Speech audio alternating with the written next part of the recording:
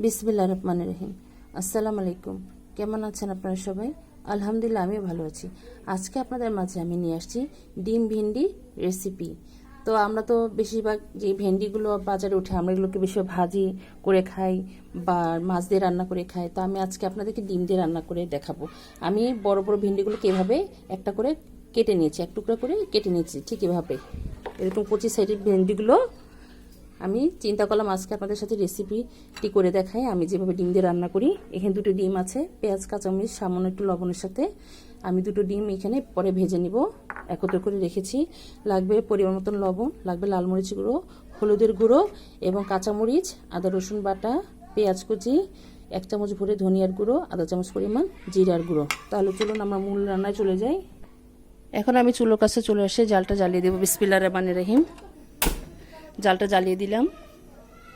এখন আমি এর মধ্যে পরিমাণ করে তেল দিয়ে দিব। বিসমিল্লাহির রহমানির রহিম।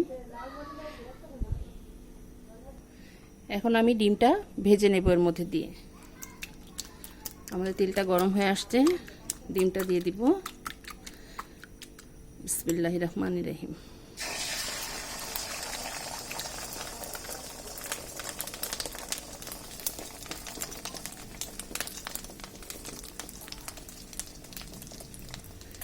এখন আমি ডিমটিকে উল্টিয়ে দিব। বিসমিল্লাহির রহমানির রহিম।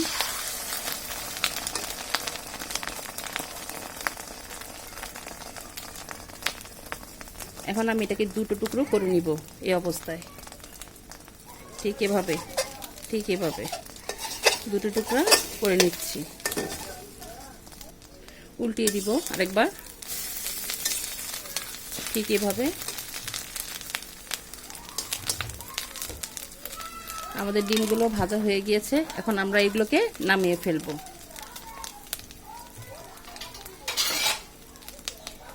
এখন নামিয়ে ফেলতেছি ডিমগুলোকে। একটু ভাজ দিয়ে নিলাম।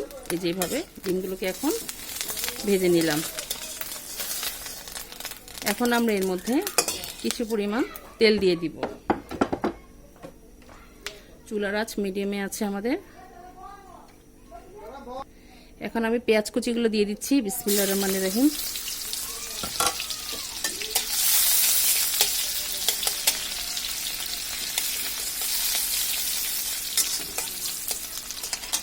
পেঁয়াজটা একটু নরম হয়ে আসলে তারপর এর মধ্যে আমরা মশলাগুলো দিয়ে দিব। আমরা মশলাগুলো দেওয়ার আগে পেঁয়াজগুলো যে লাল হয়েছে একটু, এখন এটাকে নামিয়ে নিব। মশলাগুলো আমরা পরে দিব।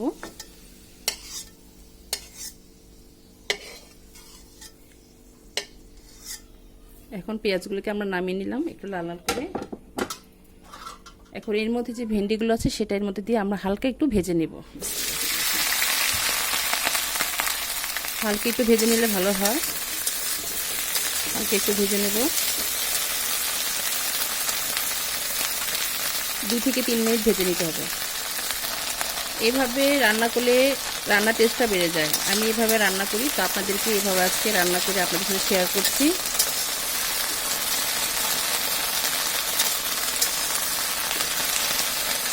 দু থেকে 3 মিনিট ভেজে নিলেই হবে।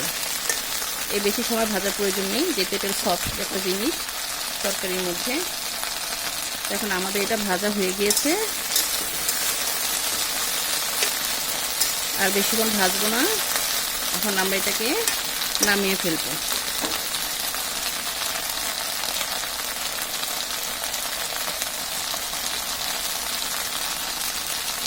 নামিয়ে ফেলছি।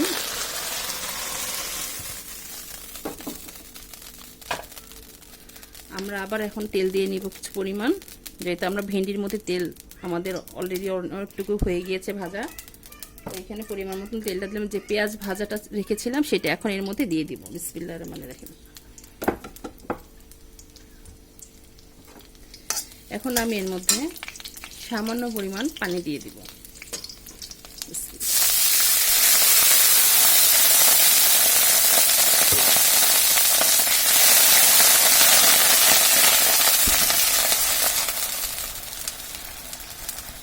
এখন আমি এর মধ্যে মশলাগুলো অ্যাড করব। এখানে 1 চামচ পরিমাণ লাল মরিচের গুঁড়ো, আধা চামচ পরিমাণ হলুদের গুঁড়ো, 1 চামচ পরিমাণ লবণ, এখানে জিরার গুঁড়ো, ধনিয়ার গুঁড়ো, আদা রসুন বাটাগুলো দিয়ে দিচ্ছি। এখানে আমার ভেন্ডি হচ্ছে আধা কেজি, আর সামান্য পরিমাণ পানি লাগবে এর মধ্যে। বিসমিল্লাহির রহমানির রহিম। মশলাটা একটু কষিয়ে নিতে হবে।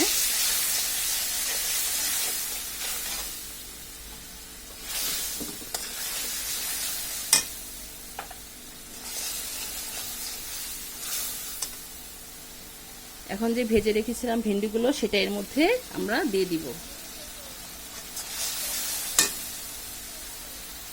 দিয়ে দিলাম ভেন্ডিগুলো। এখন আমি হাই ফ্লেমে রাখবো জালটাকে। এখন এটাকে ভালোভাবে আমরা কষিয়ে নিব। আমরা ভেন্ডিটাকে ভালোভাবে কষিয়ে নিচ্ছি, যত কষিয়ে নেবেন খেতে তত ভালো লাগবে। আর একটু কষবে। আমাদের ভেন্ডিটি প্রায় কষানো হয়ে গেছে, এই যে দেখুন। এখন আমি এর মধ্যে পরিমাণ করে পানিটা দিয়ে দিব। এখানে কিছু পরিমাণ পানি দিয়ে দিচ্ছি, একটু মাখা মাখা করে রান্না করব। ঠিক এরকম থাকবে পানিটা। এখন আমি এর মধ্যে যে 3টি কাঁচামরিচ রেখেছিলাম সেটা এর মধ্যে এখন দিয়ে দিব। এখন আমরা এটাকে ঢেকে দিব। বলক আসা পর্যন্ত আমরা অপেক্ষা করব। বলক আসা পর্যন্ত অপেক্ষা করি। আমাদের ভেন্ডিটা এখন বলক চলে আসছে। এখন আমি এটার আঁচটি কমিয়ে দিব, মিডিয়াম আঁচে রান্না করে নিব। এখন আমি এটা একটু নাড়াচাড়া করে দিই। এখন আমরা আর কিছুক্ষণ এটাকে রান্না করে নিব। তাহলে মিডিয়াম আঁচে থাকুক। তাহলে আমরা কিছুক্ষণ পর ফিরে আসছি। আমরা এখন আবার নাড়াচাড়া দিয়ে দেখব। ঢাকনাটা খুলে দেখি কি অবস্থা। আমাদের ভেন্ডিটা প্রায় নরম হয়ে আসছে, এই যে দেখুন নরম হয়ে আসছে প্রায়। এখন আমরা এর মধ্যে যে ডিমগুলো ভেজে রেখেছিলাম সেই ডিমগুলো এর মধ্যে এখন আমরা দিয়ে দিব। দিয়ে দিলাম। আপনারা এইভাবে ভেন্ডিটা রান্না করবেন, দেখবেন মাশাআল্লাহ এটা খেতে ভীষণ মজা। এই তরকারিটি দিয়ে দিলাম।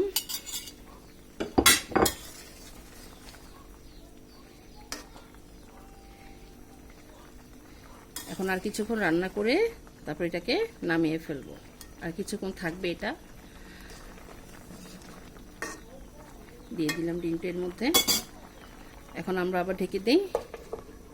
আর কিছুক্ষণ অপেক্ষা করব। তার কিছুক্ষণ পর আমরা ফিরে আসছি। এখন আমরা ফিরে আসলাম আবার। দেখি এখন